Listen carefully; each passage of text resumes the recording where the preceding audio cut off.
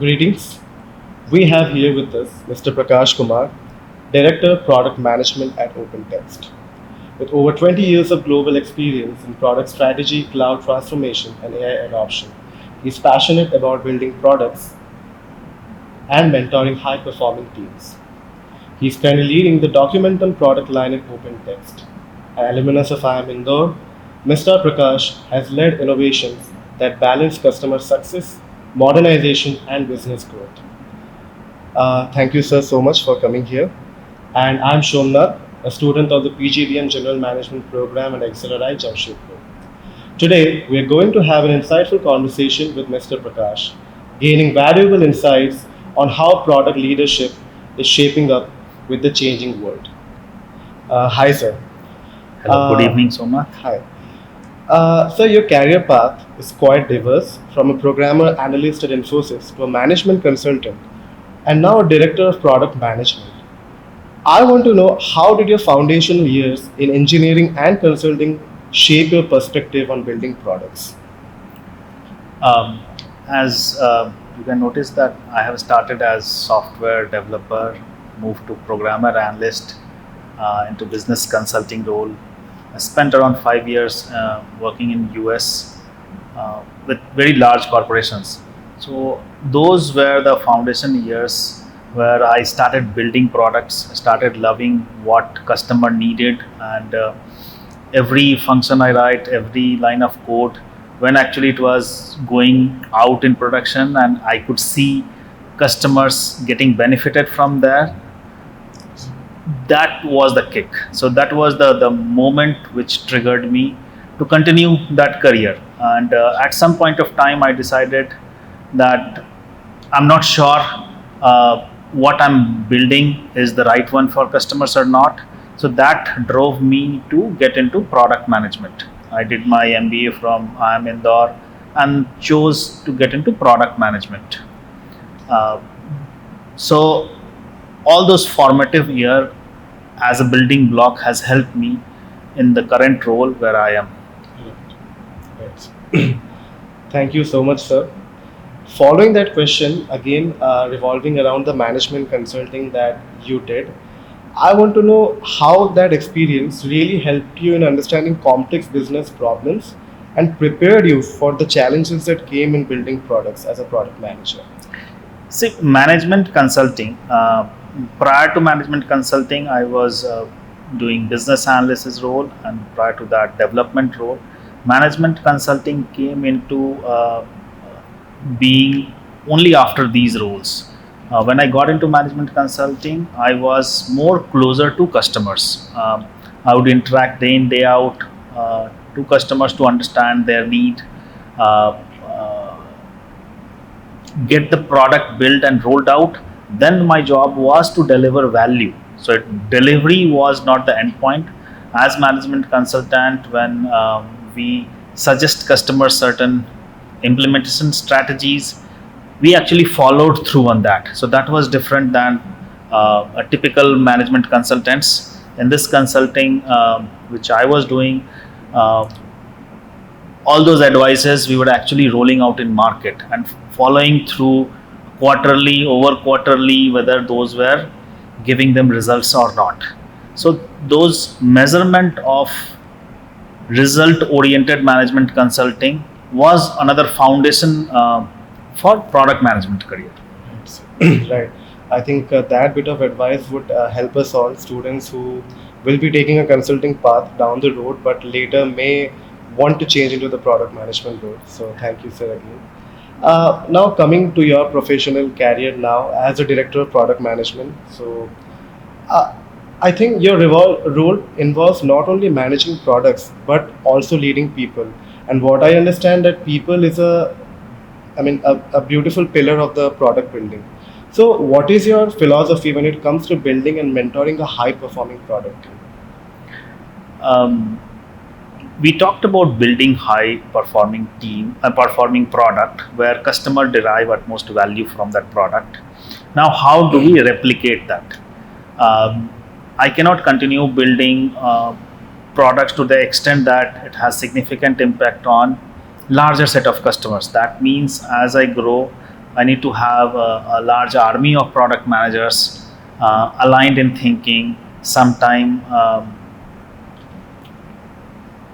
having counterintuitive thought as well, opposing thought as well. So this approach of allowing people to be able to think freely was one of those challenge which normally anyone has, because you normally tend to like people who have the same opinion as you. But when we have a group of people with opposing opinion, who questions your decisions, that kind of culture coming into team has helped us build great products. Now, talking about high performing individuals, so there's difference between high performing individuals and high performing team. Sometimes high performing individuals, bunch of individuals, does not convert into high performing team, because not everyone is able to walk in the same direction. So as a leader, we have to figure out how to get people understand about the larger objective, larger goal, convince them, and get them to buy into your idea, so that they start walking the same direction. So when we have a good individual, smart individuals, and working as a team, helping each other for the same goal, you have high performing team. Right, sir. That's great. Coming to the point of high performing individual or high product team, did you face any challenges where the team might be affected because of a high performing individual? And if so, how, as we future product managers, could actually solve the problem? See, there are two sides of how high performing individuals affecting team. One in a positive way. Sometime one individual actually can drive product development, product growth in a significant way, and pulls the team up because he has great insights. He is more helpful. Others are looking up to him. Sometimes, if the person is not gelling with the team, that might pull the team down as well. So, managing high performing individual is critical to the success of the team. If a person is not going good with the team, even though he is high performing, better to make a movement to some other team than just continuing with the team, because that can cause complete collapse of the team itself. So you'd rather have better than average or good guys all marching together for a goal than having a couple of high performing individuals who are not working for the same goal. Right. Thank you so much, sir, to understand how does people really matter for a product team. Now, coming into the product side, we are hearing a lot of the word design thinking nowadays. So, how do you really incorporate the principles of design thinking, especially the words such as empathy and prototyping, into today's product management processes? So let's start with design thinking. How do we design a product? We don't design a product for individual features for a specific users. We think from a product perspective what ecosystem it is going to work in. Uh, in our scenario, customers may already have, say, tens of products. How this new product is going to work or interact with all those products? We focus heavily on integrations. There are already existing products. With how many products we can integrate so that our customers can leverage best value from our product, but that is through partnership with other products, integration with other products. So when we talk about system design is not only limited to product which we are designing, but where am I going to put my product in customer scenario, in industry scenario. So that is utmost important. Now, coming back to how you look at empathy. um, Empathy, I talked in the session also, is about understanding user pain. and when we do certain features, what are user gains. So if you map into these two columns and give your feature out, what is the user pain, is my new feature is solving that user pain, and is user is gaining something, and that map actually gives you the details about whether your features or product is going to be successful or not. So and user empathy is not UX. User empathy is understanding what user is doing. It's about getting the job done. Now, to get certain job done, what all he is doing, and is there any easier way of, more effective way of, or more productive way of doing that job. That's the only way we can design better product for them. Yeah, thank you so much, sir. I think we as product manager in the future would very much rely on the empathy part of the product as well. Nowadays, even me coming from a data analyst background, I have seen the word analytics being embedded with the product management a lot. So, how do these two disciplines complement each other, or in a way, how does analytics actually help the role of product management as a product leader? See, there are two segments. One is data analytics product in itself. Right. So that is one thing. Another is data analytics helping product as a whole. That means whatever product we are using, forget about or keeping aside the on-prem product where we don't get real-time data or usage data. For SaaS products or B2C products where we can actually capture user data, analytics become crucial part of understanding user behavior. It becomes crucial part of driving the new feature behavior as well. So a lot of B2C starts with, say, doing MVP, rolling out through A to B testing, understanding, getting the feedback early on. So all these are form of analytics only, early on analytics. And then there are lagging indicators. These are leading indicators which you do beforehand. There are lagging indicators. The product is already out there. Now, how many customers are using it? In what way they are using it? Are they using it in the same way you intended to, or they're using it in a different way? There is a famous example, you might have heard about that as well, that sales were high for washing machine in Punjab. And I think everyone knows the reason was not because they were washing clothes, they were making lassis. So driving right insights from data is equally important when you think about just crunching data. Right. Yeah, I think data is a very important driving factor nowadays to even build products. So, sir, coming to your current role, being the director of product management at OpenText, which is very commendable in itself. What is it about OpenText that has kept you engaged and challenged in your role as the director of product management? See, in OpenText, I joined as individual contributor and a senior product manager role, and I was interested with set of products. I had variety of products which was in growth phase and some were in the end of life phase as well. So as product manager, while I was trying to get more users, I was trying to convince user to stop using certain products. Oh, you cannot use those products, come to different product. I'll help you get off board of that product.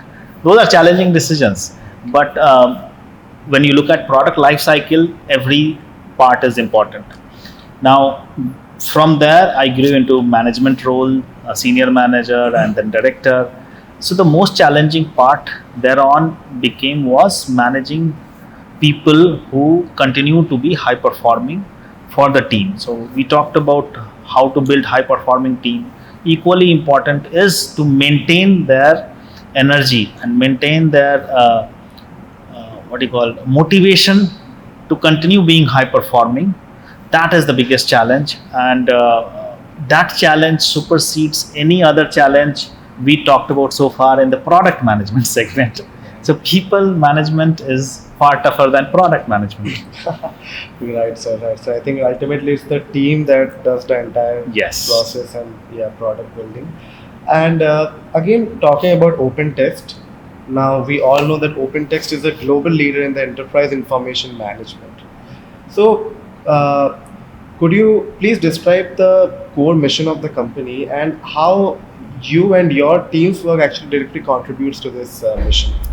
So OpenText's core philosophy is to have or manage customers' information in the most safe, secure, and easily accessible way.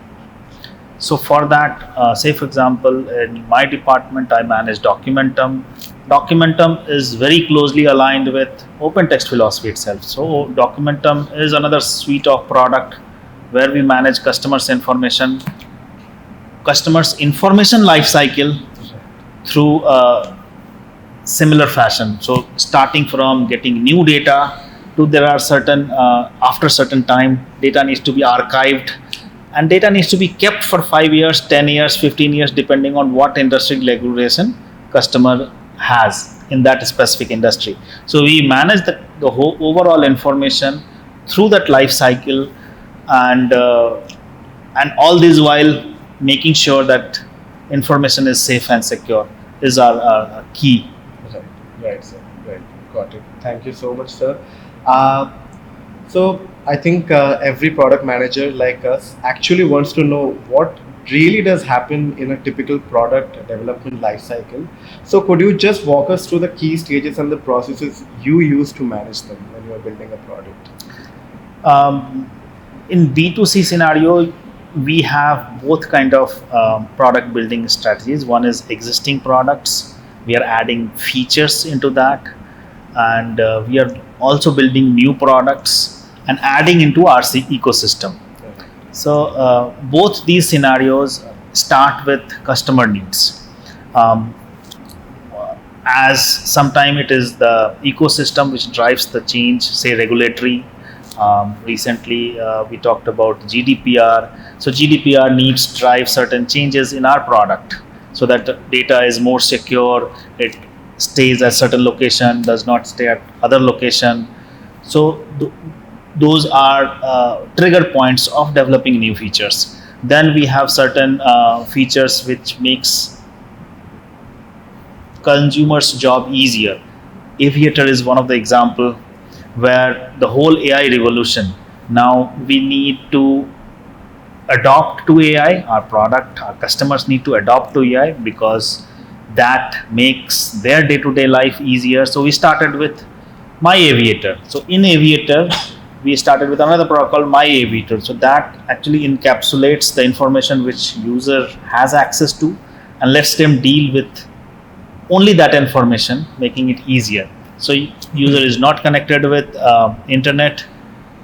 Information does not go out of the boundary, but user still gets enabled with Aviator or Chat GPT kind of feature through chat mechanism.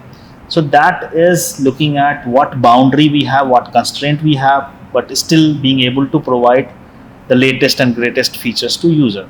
So this, we need to work in the constraint. We need to work with the regulatory environment, and then continuously try to figure out how the new feature evolve. Another example I can give you in my product scenario itself is Documentum is a product where you have information, you put that information in, you take it through workflow, you collaborate with people. That's a standalone system. But nowadays you see people sharing information through Teams. Now I said that okay, someone is already on team chatting to his colleague, business analyst, taking documents from Documentum. Instead of going through workflow, he's putting that in Teams, then collaborating it. Why are we doing that? Let's put the whole Microsoft ecosystem and integrate with Documentum ecosystem, so that wherever you are, whether you are in SharePoint, whether you are in Microsoft Teams, you invoke Documentum product from there itself, so that information does not go out from this ecosystem. That just becomes a window. So now Teams is just a window, and you do the same thing all teams feature on document or on the information which is resides in documentum, and go ahead with that. So we found that ecosystem play here. We rode on user behavior here. So those are the things, intricacies we need to keep an eye on when we are developing new product or features in B2B scenario. Right, right. So, in summary, what I understood is we have to have some innovation in our mind, keeping the constraints on the mind, and if it actually solves the business or customer pain point or not. Absolutely. Got it, sir. Thank Absolutely. you. So, like you gave an example about the aviator tool, and we have been reading that OpenText is making quite a good significant amount of investments in AI. So, how is your team really integrating AI into its products, and what impact do you believe these advancements will have on the future of enterprise information management? Um, it is going to have huge impact on how information is managed within organization. Um, there are tons of information any organization has. If you imagine a bank, if you imagine engineering organizations, someone who has, say, for example, any Middle East oil company, imagine the amount of data they have. Their data is captured every second from the um, oil wells. All their factory setup is actually through drawings. Every what you call barrel of oil which flows through that pipe generates some amount of data, and data is there. Now it is such a humongous task to look into those data and figure out anything. It used to be difficult, and we already have in-house analytics system. We were using that, our customers were using that, but with uh, aviator or with AI coming into picture, accessing those information and making sense of that information has become super easy. Now, for example, simplest example I can give you is any loan processing system. Any accident happens on road, loan is claim. I mean, a claim is filed. It goes through the whole process. It used to take month, at least a month, because there are underwriters, there are inspectors. Now, with this new system coming in, you just click your image, you route it through automated agents. System has all the information about customers, about what kind of insurance he has or she has, what is the right way of routing it through, who are the right persons, who can do the approval or not do approval, and we are also putting a built-in logic into that system itself, so that it gets fast-tracked, and sometimes it happens in minutes. So AI is completely turning the industry, some of the industry around. Right, right. Yeah, I think that's a great summary of the aviator product. Hope that I will use it soon as well. Um, I think now coming to some other aspects as a product manager, uh, I think there are certain aspects that a product manager might do beyond the technology as well. So I want to know your perspective that what role does a product manager play in the broader business strategy beyond the technology, especially within a firm or industry? Uh, Product managers, I mean, earlier also they were not limited to technology, so they are not technologists. Um, in India, a lot of them understand technology well because they come from technology background, but their job starts from business itself. Essentially, starting from customers, what customer needs, um, how are they going to use it. We talked about empathy, so customer empathy, but end of the day it needs to translate into revenue, so paying customers, business benefits, and for that we need to take it to the next level where we talk to businesses. So that means whether it's our own business executives or customer side business executives, that with these changes, my users job may be easier now with some features, but what business is getting, that means their business unit level, is it driving any benefit? So we need to translate that. So within our company businesses, and that is sales, and within customers business, which is actual core business group, unless they see benefits, there is no point of doing new development.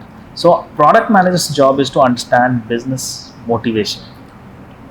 So it's about user persona versus buyer persona.